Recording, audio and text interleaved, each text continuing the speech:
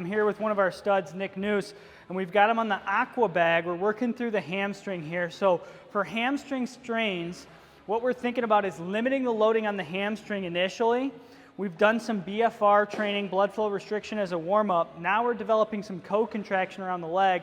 He's a few weeks into this, was doing really well, had a little bit of a setback. Really need to work on the co-contraction, meaning the contraction of all the muscles three-dimensionally around the hip and around the leg. It has to be pain-free though. If we feel any tugging, pulling, we have to back off a little bit. So with this exercise, it's slow in nature. This is a Franz Bosch exercise. It's slow in nature, but we're working on kind of all the muscles contracting in synergy to protect that hamstring and offload it a little bit. After he gets done here, we're going to work on a little bit of rate of force development and kind of a pivot switch type of technique with the bag. Shout out, we got Martin over here working on some of our throwing sock stuff, getting that shoulder in shape as well. But here with Nick, he's going to start doing some pivoting.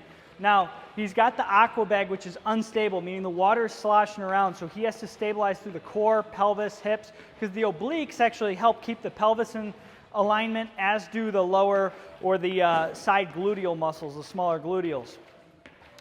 From here, we're going to move into a little bit more advanced variation, and we're going to give him a little bit of rest, and we'll jump right into the next one where he has to contract his core. If you don't have aqua bags, you can still use medicine balls or things like that. They're just not as effective because the weight isn't sloshing around or unpredictable in nature, which is one of the things that happens when we're in sport. So once Nick recovers, we'll get him up against the wall. We're going to do our pivot switches with a punch. Now he has to rotate as he kind of contracts through his core. So really fast, let's go here, Nick. Boom.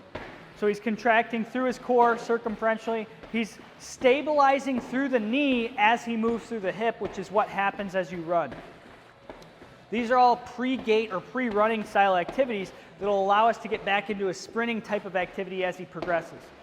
We hit him with some shockwave therapy. Let's hit that other side. Rest and recover first, fully recouped. We hit him with some shockwave, extracorporeal shockwave too. And now we're kind of moving into some of our more dynamic stuff.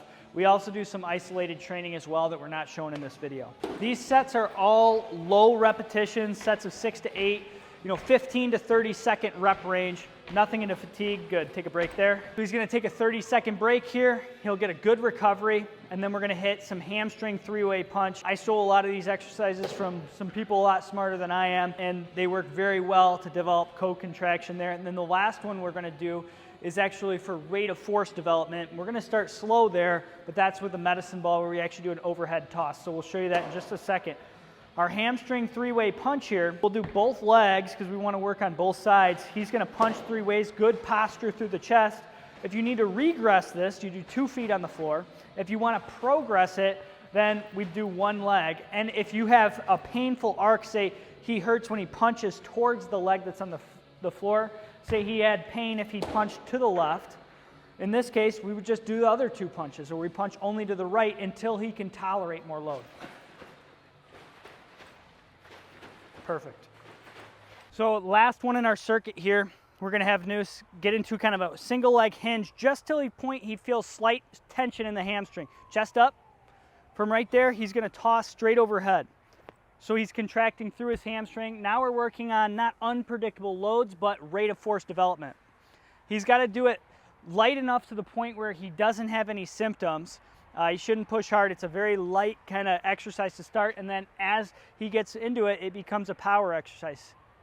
That's all we need to start right there. He's going to do 4 throws as part of this circuit. We'll run through it twice, and this will be his rehab for today in combination with some of the other stuff we talked about earlier. If you guys are new to the channel, hit subscribe. We'll see you guys in the next one. Thumbs up if you like the content.